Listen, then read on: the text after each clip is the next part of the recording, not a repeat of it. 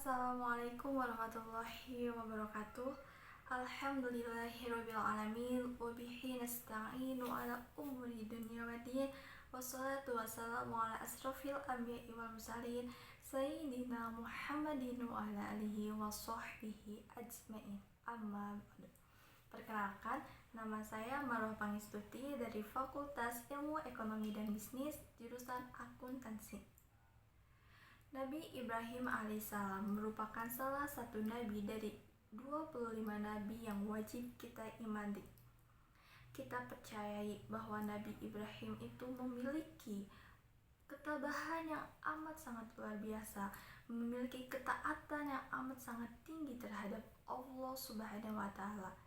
Nabi Ibrahim kecil bertanya kepada ayahnya, "Kenapa, wahai ayah, penduduk di negeri ini menyembah berhala, padahal berhala itu dibuat oleh kita. Kenapa kita harus menyembahnya lagi?"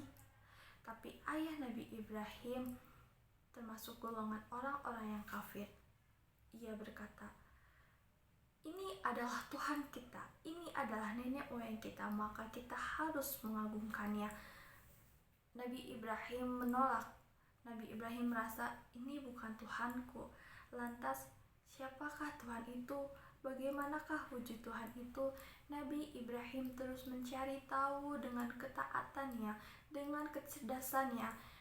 Nabi Ibrahim mempercayai bahwa Tuhan itu tidak berwujud dan bahwa Tuhan itu bukanlah ciptaan dari manusia. Justru kitalah yang diciptakan oleh Tuhan. Karena Tuhan adalah Khalik, Tuhan adalah pencipta umatnya. Hingga Ibrahim beranjak dewasa, suatu ketika penduduk saat itu meninggalkan kerajaannya bersama raja yang sangat sombong yang mengakui dirinya adalah Tuhan, yaitu Raja Namrud. Dan ketika mereka balik kembali kepada negara mereka, mereka melihat, "Wahai Raja Namrud, Tuhan-Tuhan kita, berhala-berhala kita telah rusak, telah musnah. Hanya tersisa satu saja berhala yang paling besar yang terdapat kampak di berhala itu." Ketika pada saat itu orang-orang telah mencurigai Nabi Ibrahim karena hanya dialah yang menentang dan enggan untuk menyembah kepada berhala yang mereka telah buat. Hingga pada saat itu Nabi Ibrahim dipanggil oleh Raja Namrud dan ia ditanya, "Wahai Ibrahim, apakah ini yang engkau lakukan terhadap Tuhan-Tuhan sesembahan kami?" Ibrahim dengan amat sangat bijak ia berkata, "Wahai Namrud, tanyakanlah kepada ia berhala yang paling besar itu, jika memang dia adalah Tuhanmu. Ia akan memberitahumu, dia akan menjawab pertanyaanmu." Tetapi jawaban itu malah membuat Namrud semakin murka terhadap Ibrahim hingga Namrud memerintahkan kepada penduduknya untuk mengumpulkan kayu bakar hingga membentuk gunungan yang besar. Ketika kayu bakar itu dibakar oleh api yang membara, Nabi Ibrahim diikat dan dilemparkan ke dalamnya. Tapi qadarullah, atas tolongan Allah, atas rahmat dari Allah kepada hambanya yang taat, yang membuat api itu terasa sejuk dan bahkan tidak melukai Nabi Ibrahim sedikit pun.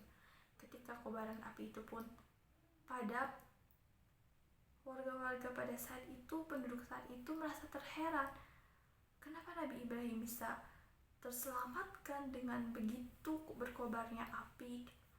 Hingga para penduduk pada saat itu mengimani Nabi Ibrahim alaihissalam dan mengikuti ajaran Nabi alaihissalam untuk menyembah hanya kepada Allah Subhanahu wa Ta'ala, untuk senantiasa taat serta meminta pertolongan kepada Allah Subhanahu wa Ta'ala, karena sebaik-baik penolong adalah hanya Allah Subhanahu wa Ta'ala. Pelajaran yang kita dapat ambil dari ceritanya Nabi Ibrahim alaihissalam adalah teguhkanlah keimanan kita, ketakwaan kita, kedekatan kita kepada Allah Subhanahu wa taala, maka Allah senantiasa memberikan kemudahan. Karena sebagaimana terdapat dalam surat Al-Insyirah, fa inna ma'al usri yusra, inna ma'al usri yusra. Sesungguhnya setelah ada kesulitan itu pasti ada kemudahan. Sungguh setelah kesulitan itu pasti ada kemudahan, dan Allah senantiasa memberikan kemudahan kepada hamba-hambanya yang bertakwa. Sekian, mohon maaf atas segala kesalahannya. Wassalamualaikum warahmatullahi wabarakatuh.